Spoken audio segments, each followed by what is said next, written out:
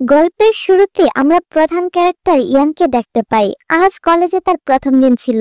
ভিড় বেশি থাকার কারণে লোকজনের ধাক্কাধাক্কিতে ইয়াং এর জিনিসপত্রগুলো নিচে পড়েই যাবে। ঠিক তখনই একদম কিউট দেখতে একটা মেয়ে এসে সেগুলো ধরে নেয়। আর এই মেয়েটার নাম হলো যাও। যাও ইয়াং এর সাথে পরিচিত হয়ে জানতে পারে ইয়াং তার জুনিয়র। তারপর ইয়াং এর ভর্তি হওয়া থেকে শুরু করে হোস্টেল খোঁজা পর্যন্ত সব দায়িত্ব যাও নিজেই নেয়। এদিকে ইয়াং হোস্টেলে ঢুকতে গেলে যাও তাকে থামিয়ে নিজের বিজনেস কার্ডটা দিয়ে বলে তার টাকা পরিশোধ করার জন্য।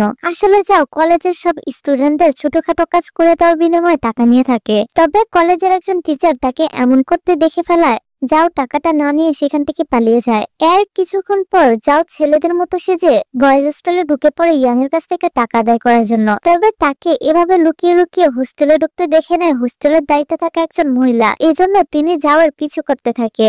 এই ব্যাপারটা একসময় যাও নিজেও বুঝতে পারে। তাই সে মহিলাটির হাত থেকে বাঁচার জন্য একটা ওয়াশরুমে গিয়ে লুকিয়ে পড়ে। সেখানে আগে থেকে ইয়াং ছিল, যে কিনা এখানে গোসল করছিল। এদিকে তো মহিলাটি সে যাওকে ধরে ফেলে আর একটা মেয়ে হয়ে এভাবে ছেলেদের হোস্টেলে প্রবেশ করার জন্য অনেক বকাবকি করে, সাথে ইয়াংকেও। কেননা ইয়াং আর যাও ওয়াশরুমে একসাথেই ছিল। তারপর যাও কোনো মতে মহিলাটির চোখ ফাঁকি দিয়ে সেখান থেকে পালিয়ে যায়। পরের দিন ইয়াং যখন লাইব্রেরি থেকে বের হচ্ছিল তখন আবারও যাও তার সাথে কথা বলার জন্য আসে।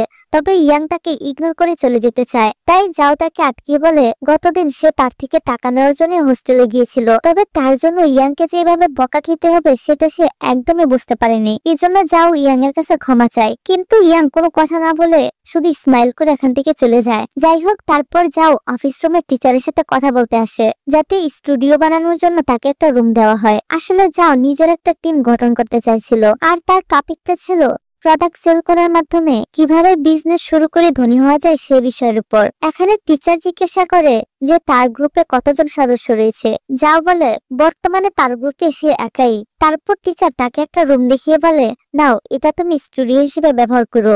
দেখা যায় এখানে আগে থেকে লুনা নামের একটা ছেলে ছিল যার জিনিসপত্র দিয়ে এই রুমটা পুরোপুরি ভরা ছিল। তাছাড়া লুনাও যাওয়ার মতো ওর গ্রুপে একাই ছিল। আর লুনার গ্রুপটা ছিল চলচ্চিত্র কিভাবে নির্মাণ করতে হয় সেই বিষয়ের উপর। এখন স্টুডিওতে কে থাকবে সেটা নিয়ে যাওয়ার লুনা ঝগড়া করতে শুরু করে। তখনই টিচার তাদেরকে থামিয়ে বলে যে আগে গ্রুপে নতুন মেম্বার অ্যাড করে হোক। এর কিছুক্ষণ পর কলেজে একটা অনুষ্ঠান শুরু হয়। সেখানে গিয়ে তারা দুজন তাদের গ্রুপে জয়েন করার জন্য স্টুডেন্টদেরকে রাজি করানোর অনেক চেষ্টা করে, তবে কেউ তাদের গ্রুপে আসতে রাজি হচ্ছিল না। এদিকে এই ফাংশনে ইয়াং এসেছিল। এই সময় তারা দুজন ইয়াংকে নিয়ে টানাটানি করতে থাকে তাদের গ্রুপে জয়েন হওয়ার জন্য। তারপর দেখা যায় ইয়াং লুনার গ্রুপে জয়েন করার জন্য ফর্ম ফিল আপ করে। এই জন্য লুনা ইয়াংকে নিয়ে যায় তাদের স্টুডিওটা দেখানোর জন্য। এদিকে যাও ইয়াংকে নিজের গ্রুপে জয়েন করার জন্য অনেক চেষ্টা করতে থাকে। তখনই লুনা এসে তার গ্রুপ মেম্বারকে এভাবে কেড়ে নেওয়ার চেষ্টা করার জন্য যাওয়ার সাথে আবারও ঝগড়া শুরু করে দেয়। ঝগড়াঝাটি শেষ করে পরের দিন যাও যায় তার বাবার সাথে দেখা করার জন্য। এখানে তার বাবা নিজের রেস্টুরেন্টে কাজ করছিলেন। তারপর বাবা মেয়ে একসাথে যখন সময় কাটাচ্ছিল তখনই যাওয়ের টিচার তার বাবাকে ফোন করে বলে যাও এক্সামে খুবই কম মার্কস পেয়েছে। এটা শুনে যাওয়ার বাবা তো যাওয়ার উপর অনেক রেগে যায় আর বকাবকি করতে শুরু করে। বাবার কথায় মন খারাপ করে যাও সেখান থেকে বের হয়ে আরেকটি রেস্টুরেন্টে চলে আসে। এখানেই সে অনেক বেশি ড্রিঙ্কস করে ফেলে আর ড্রাঙ্ক অবস্থায় বাসের জন্য বাস স্টপে ওয়েট করতে থাকে। এদিকে সে বাস স্টপে ইয়াংও দাঁড়িয়েছিল। বাস আসার পর ড্রাইভার তাদেরকে ভিতরে ঢুকতে দেয় না, কারণ যাও ড্রাঙ্ক অবস্থায় ছিল। আর ইয়াংও তার পাশেই দাঁড়িয়েছিল বলে বাস ড্রাইভার মনে করে সেও ড্রিঙ্কস করেছে। এত রাতে বাস না পেয়ে ইয়াং যাওকে নিয়ে হাঁটতে হাঁটতে একটা হোটেলের সামনে চলে আসে। এখানে ইয়াং সিদ্ধান্ত নেয় যে সে আজকের রাতটা এখানেই কাটাবে। তাই ইয়াং দুইটা রুম বুকিং করে। তবে রিসেপশনিস্ট আইডি কার্ড দেখাতে বললে ইয়াং তার আইডি কার্ডটা দেখায়। তবে যাওয়ার কাছে তার কোনো আইডি কার্ড ছিল না। এজন্য বাধ্য হয়ে তাদের দুজনকে একটা রুমেই থাকতে হয়। আর ওই রুমটা ছিল কাপলদের জন্য। তাই রুমটি ঠিক সেভাবেই সাজানো ছিল যেভাবে কাপলরা পছন্দ করে, মানে একটু রোমান্টিক ভাবে আর কি। যাই হোক, এদিকে যাও তো তখনও নেশার গড়েই ছিল। তারপর ইয়াং যাওকে রুমে রেখে ওয়াশরুমে যায় টি শার্ট পরিষ্কার করার জন্য, যেটা যাও ইতিমধ্যে নোংরা করে দিয়েছিল। আস্তে আস্তে নেশার গড় কিছুটা কেটে গেলে যাও নিজেকে এরকম একটি রুমে দেখে ভেবে নেয় হয়তো তার সাথে খারাপ কিছু হতে চলেছে। তাই ইয়াং ওয়াশরুম থেকে বের হতে যাও তার মাথায় আঘাত করে অজ্ঞান করে ফেলে। যাই হোক, পরের দিন সুস্থ অবস্থায় তারা কলেজে আসে। এখানে যাও এসে ইয়াং এর কাছে গতকাল রাতের জন্য ক্ষমা চায়। এদিকে তারা দুজন কোন বিষয় নিয়ে কথা বলছে তা বুঝতে না পেরে লুনা শুধু চুপচাপ তাদের দুজনের কথা শুনতেই থাকে। কিছুক্ষণ পর ইয়াং এর কাছে তার আন্টির কল আসে। সে ইয়াং এর সাথে দেখা করার জন্য সাংহাই শহর থেকে এখানে আসছিল। এজন্য ইয়াং তার আন্টিকে এয়ারপোর্ট থেকে রিসিভ করার জন্য হোটেলে গিয়ে ওঠে। এই হোটেলের রুমটি সে 3 দিনের জন্য বুকিং করেছিল। তবে কথাবার্তার এক পর্যায়ে তার আন্টি বলে উনি এখানে এসেছে বেশ কিছুদিন থাকার জন্য, এই জন্য তিনি ইয়াংকে একটি বাসা খোঁজার জন্য বলে। এদিকে ইয়াং এর মুখ দেখে আমরা স্পষ্ট বুঝতে পারি যে ও কোনোভাবেই চাইছিল না যে তার আন্টি এখানে এত বেশি দিন থাকুক, কিন্তু কেয়ার করার আন্টির কথাও তার অমান্য করা যাবে না। তাই সে আন্টিকে সাথে নিয়ে একটা এজেন্সিতে আসে বাসা খোঁজার জন্য। তবে এখানে তাদেরকে ভিতরে আসার জন্য ওয়েলকাম করে যাও। আসলে ইয়াং ই যাওকে এখানে অভিনয় করার জন্য ভাড়া করে নিচ্ছিল, কারণ ইয়াং চাইছিল ভালো কোনো বাসার সন্ধান না পেয়ে যেন তার আন্টি এখান থেকে চলে যায়। এখানে যাও ইয়াং এর কথা মতোই কাজ করতে থাকে। সে প্রতিটা বাসা দেখাচ্ছিল আর সাথে সেখানে কি কি অসুবিধা আছে সেগুলো শোনাচ্ছিল। আর দেখা যায় শেষ পর্যন্ত আন্টির কোনো বাসাই পছন্দ হয় না, তাই তিনি ইয়াংকে নিয়ে এখান থেকে বেরিয়ে যায়। অর্থাৎ ইয়াং এর প্ল্যানটা কাজ করেছে। তারপর সন্ধ্যায় ইয়াং এর আন্টি ইয়াংকে জানায় যে তিনি খুব ভালো একটা বাসা খুঁজে পেয়েছে। এই বলে তিনি তাকে লোকেশন সেন্ড করে দেয়। ইয়াং তখন লোকেশনে গিয়ে দেখতে পায় এটা ছিল জাওয়ের বাবার বাসা। জাওয়ের বাবা তার উপরের তলাটা ভাড়া দিতে চাইছিল। এদিকে ইয়াং আর তার আন্টিকে দেখে জাও তো অনেক বেশি অবাক হয়ে যায়। তারপর জাওয়ের বাবা আর ইয়াং এর আন্টি জানতে পারে যে তারা দুজন একই কলেজে পড়ে, এই জন্য একে অপরকে আগে থেকেই চিনে। এদিকে ইয়াং জাওকে এক সাইডে নিয়ে গিয়ে বলে যে সে চায় না তার আন্টি এখানে থাকুক, তাই জাও যদি আন্টিকে এই বাসাটা ভাড়া নেওয়া থেকে থামাতে পারে তাহলে ইয়াং তাকে আরো টাকা দিবে। ইয়াং এর অফারে জাও রাজি হয়ে যায়, আর সে কিছু করতেই যাবে তার আগেই দেখা যায় ইয়াং এর আন্টি তার বাবার সাথে ডিলটা ফাইনাল করে ফেলে, অর্থাৎ বাসা ভাড়া নিয়ে নেয়। যাই হোক, তারপর ইয়াং জাওকে ফোন করে তার স্টুডিওতে দেখা করার জন্য বলে। কিছুক্ষণের মধ্যেই যাও স্টুডিওতে চলে আসে। এখানে সে ইয়াং এর পাশে বসে কথা বলতে থাকে, কিন্তু ইয়াং বুঝতেই পারে না যে যাও এখানে কখন এসেছে। আসলে তার কানে হেডফোন থাকায় সে যাওয়ার কোনো কথাই শুনতে পায়নি। কাজ শেষে ইয়াং স্টুডিওর দরজা লক করে বাইরে চলে যায়। এদিকে যাও যখন বুঝতে পারে সে ভিতরে লক হয়ে গেছে, ততক্ষণে অনেক দেরি হয়ে গিয়েছিল। দরজা খোলার জন্য সে চিৎকার করতে থাকলেও তার আওয়াজ ইয়াং এর পর্যন্ত পৌঁছায় না। এদিকে চার্জ না থাকায় ফোন বন্ধ হয়ে যাওয়ায় ইয়াং কাউকে কলও করতে পারছিল না। অন্যদিকে এতক্ষণ অপেক্ষার পরও যাওকে না আসতে দেখে ইয়াং এখান থেকে চলে যায়। পরের দিন সকালে রুমে এসে দরজা খুলে ভিতরে যাওকে দেখে চমকে যায়। আর এখানে যাওকে দেখে আমরা বুঝতে পারি সারা রাত এখানে থাকার জন্য সে ইয়াং এর উপর অনেক বেশি রেগেছিল। তাছাড়া সারা রাত সোফায় ঘুমানোর জন্য তার গাড়ও ব্যথা হয়ে গিয়েছিল, তাই সে এভাবে হাঁটছিল, যেটা দেখে রাস্তার লোকজন হাসাহাসি করছিল। এতে যাও আরো বেশি রেগে যায়। হোস্টেলে ফেরার পর তার এই অবস্থা দেখে তার ফ্রেন্ডেরা তাকে বিশ্রাম নেওয়ার জন্য বলে। বিশ্রাম নেওয়ার পর ইয়াং এর সাথে কথা বলার জন্য যাও তাকে নিয়ে একটা ক্লাসরুমে চলে যায়। সেখানে যাও তো ইয়াংকে ধরে মারতে থাকে, স্টুডিওতে তাকে এভাবে লক করে চলে যাওয়ার জন্য। এদিকে কলেজের আরেকজন তাদের দুজনকে এভাবে একসাথে দেখে অন্য কিছুই ভেবে নেয়। এখানে সে তাদেরকে জিজ্ঞাসা করে তোমরা এখানে কি করছো? যাও তখন বলে এখানে তারা একটা প্রাইভেট ম্যাটার নিয়ে ডিসকাস করছে।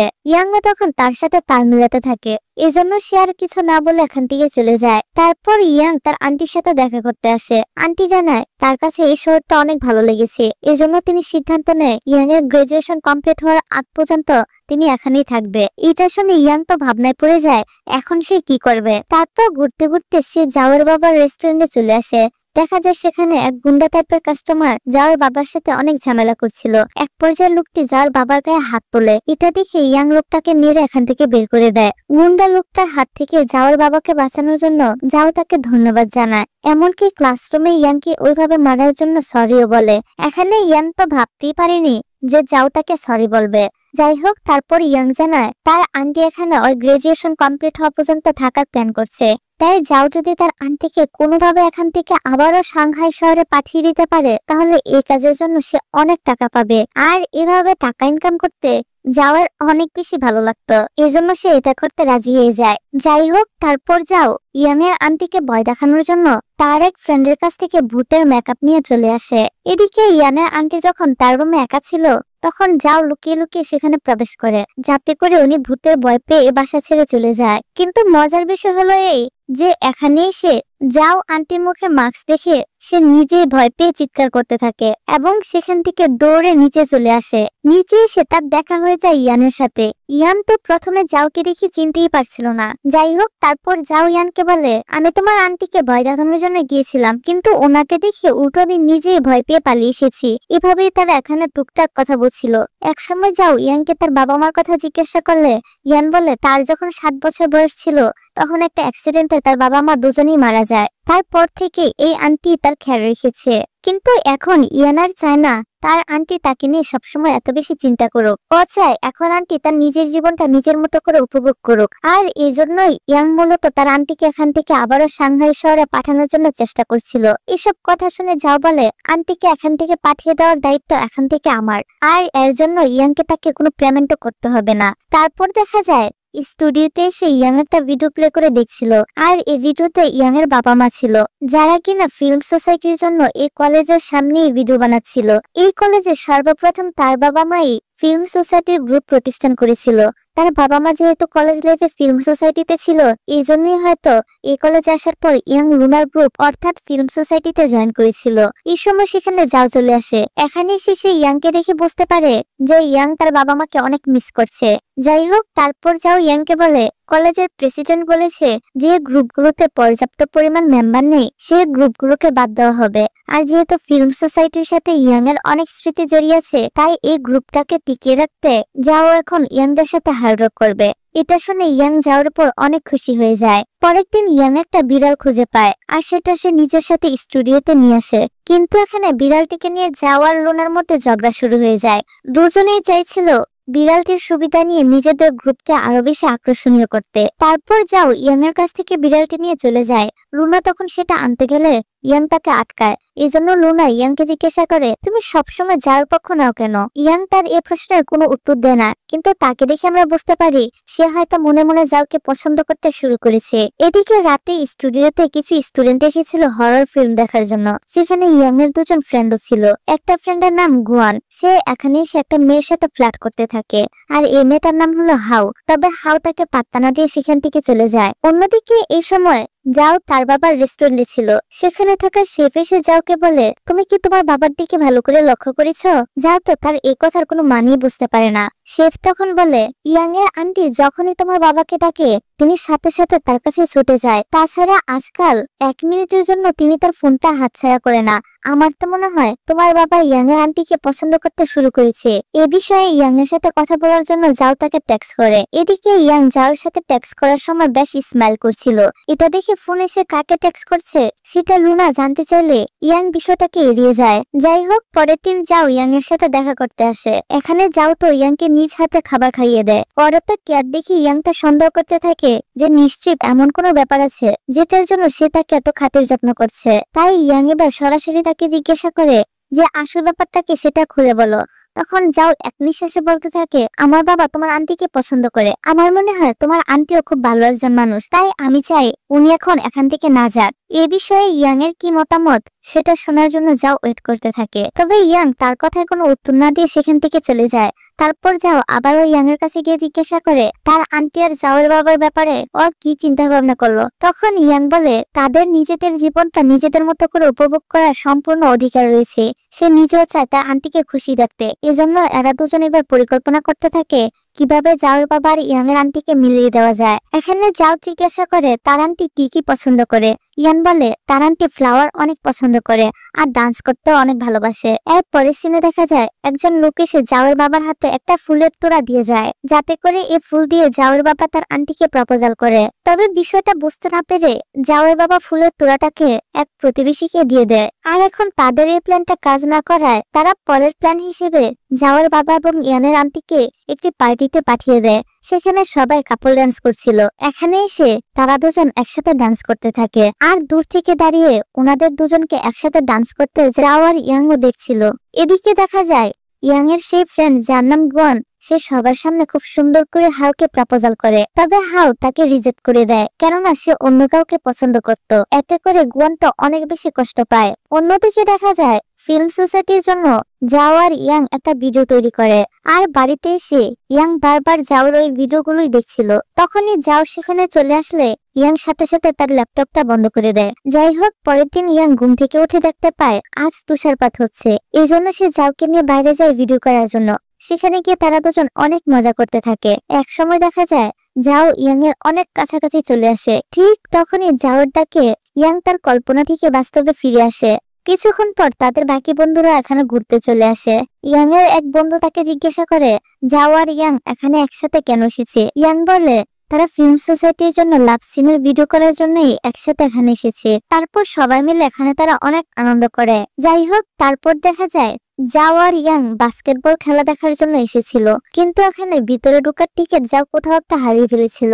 এজন্য তাদেরকে আর ভিতরে ঢুকতে দেওয়া হয় না। তাই ইয়াং জাওকে নিয়ে স্টেডিয়ামের বাইরে থাকা বড় স্ক্রিনে খেলা দেখে এনজয় করতে থাকে। এখানে জাওকে এতটা খুশি হতে দেখে ইয়াং মুগ্ধ হয়ে শুধু তার দিকেই তাকিয়ে থাকে। পরের দিন দেখা যায় জাও ইয়াংকে বলছিল, এখন তো আমার আন্টি আর তোমার বাবা অনেকটাই ক্লোজ হয়ে গিয়েছে।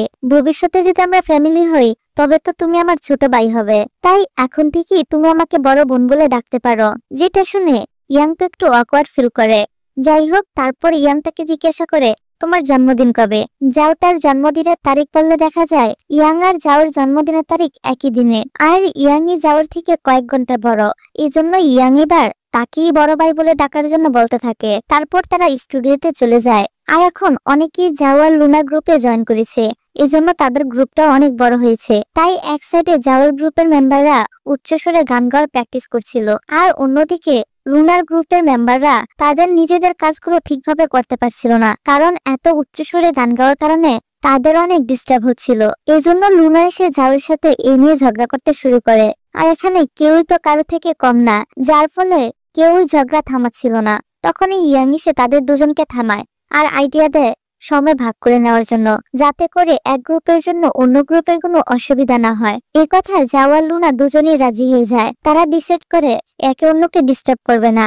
যাই হোক, তারপর কাজ করার সময় লুনাকে বেশ চিন্তিত থাকতে দেখা যায়। এই কারণে ইয়াং এসে তাকে জিজ্ঞাসা করে কি নিয়ে সে এত বেশি চিন্তা করছে। লুনা বলে শর্ট ফিল্ম তৈরি করার জন্য ও কোনো টপিকই খুঁজে পাচ্ছে না, আর এখন ইয়াং যেন তাকে এই বিষয়ে সাহায্য করে। ইয়াং তখন আশেপাশে তাকিয়ে কোথাও জাওকে দেখতে না পেয়ে লুনার কাছে জিজ্ঞাসা করে যাও কোথায়। তখন লুনা বলে যাও এই ঠান্ডার মধ্যে তার প্রোডাক্ট সেল করার জন্য বাইরে গেছে। এই কথা শুনে তার সাথে দেখা করার জন্য ইয়াং সেখানে চলে আসে। এখানে তারা দুজন একসাথে প্রোডাক্টগুলো সেল করে আর নিজেদের মধ্যে অনেক সুন্দর কিছু সময় কাটায়। এই সময় ইয়াং জাওয়ের শুলেস খোলা দেখে সেটাকেও আবার সুন্দর করে বেঁধে দেয়। ইয়াং এর এই ছোট ছোট কেয়ার গুলো দেখে জাওয়ের কাছেও তাকে ভালো লাগতে শুরু করে।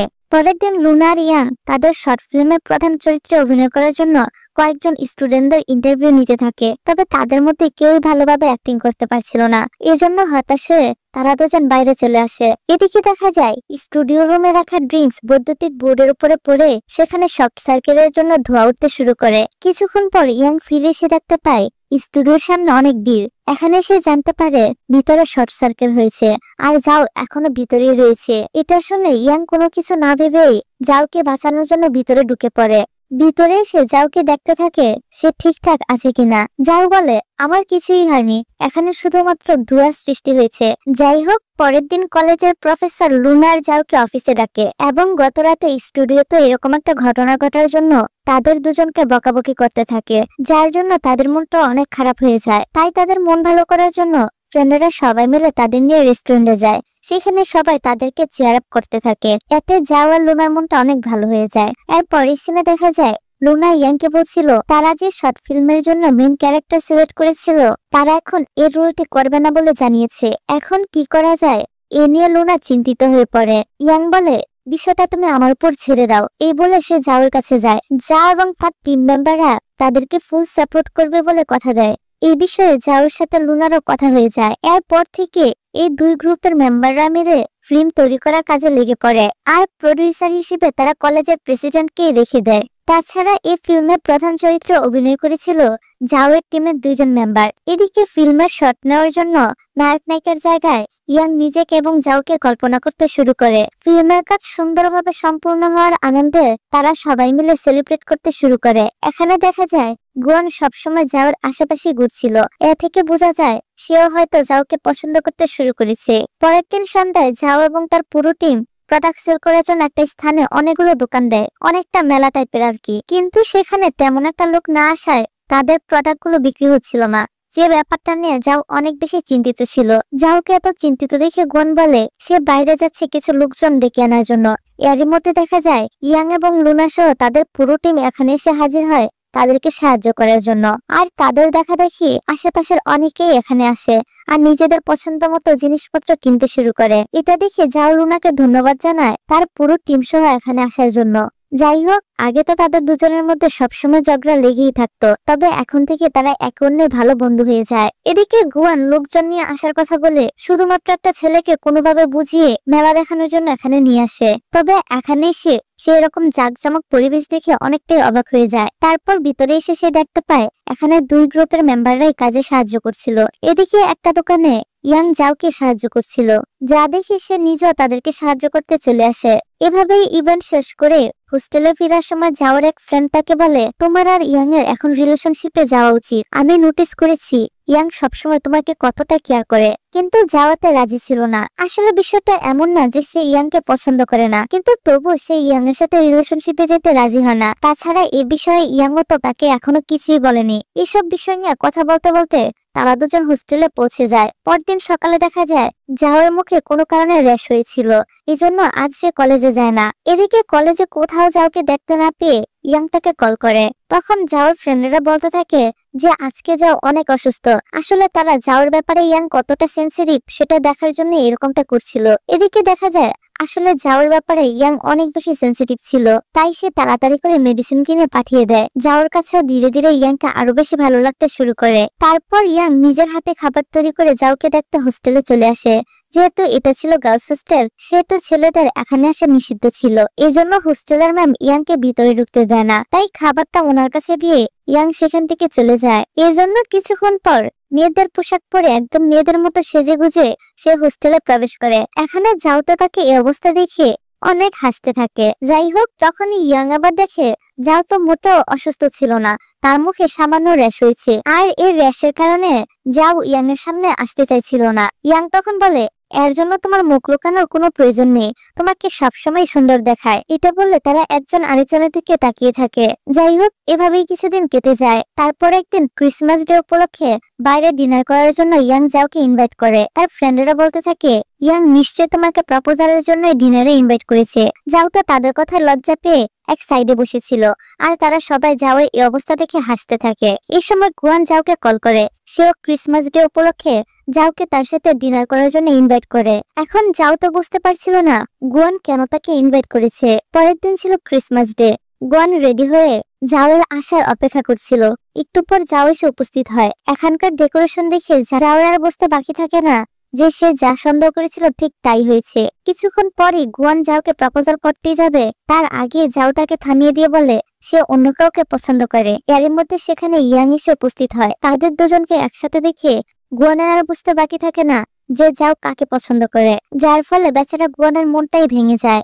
যাই হোক, আজকে ইয়ান তার মনের কথাটা বলতে পারে না, তাই পরের দিন সে আবারও জাওকে নিয়ে ঘুরতে বের হয়। এখানে তারা দুজন একটি পার্কে আসে। পার্কটা খুবই সুন্দর করে সাজানো ছিল। এখানে তারা খুবই আনন্দ করে, বিভিন্ন রাইডে ওঠে, দুজন পাশাপাশি হাত ধরে ফায়ারওয়ার্ক দেখে। এই সময় তারা দুজন অনেক ক্লোজে চলে আসে। তারপর দেখা যায় ফাইনালি তারা দুজন রিলেশনশিপে চলে গিয়েছে। তাদের এই রিলেশনের ব্যাপারটা এখনো পর্যন্ত জাওয়ের বাবা কিংবা ইয়াং এর আন্টি কেউই জানতো না। তারপর দেখতে দেখতে নিউ ইয়ার চলে আসে। এখন তারা পরিবারের সবাই মিলে একসাথে নিউ ইয়ার সেলিব্রেট করে। একদিন ইয়াং আর জাওর রিলেশনের ব্যাপারটা বাড়িতে জানিয়ে দেয়। দেখা যায় ইয়াং এর আন্টি এবং জাওর বাবা তাদের দুজনের সম্পর্কটা মেনে নেয়। এদিকে ইয়াং আর লুনার তৈরি করা সেই ফিল্মটা এখনো পর্যন্ত কলেজের সবচেয়ে বেস্ট ফিল্ম হিসেবে স্বীকৃতি পায়। এই জন্য 2 গ্রুপের মেম্বারে অনেক বেশি খুশি ছিল। একদম লাস্ট সিনে দেখা যায় বর্তমানে জাওর বাবা এবং ইয়ানের আন্টি কাপড় হয়ে গিয়েছে। ওনারা চাইছিলেন খুব শীঘ্রই ইয়াং আর জাওকেও এক করে দিতে। আর জাও আর ইয়াং যেহেতু দুজন দুজনকে ভালোবাসতো, এই ব্যাপারে তাদেরও কোনো অমত ছিল না। আর এখন তারা সবাই সুন্দর একটা ফ্যামিলিতে পরিণত হয়, আর এই ড্রামাটা এখানেই শেষ হয়ে যায়। তাহলে আজকে এই পর্যন্তই, দেখা হবে নতুন আরেকটি ভিডিওর মাধ্যমে।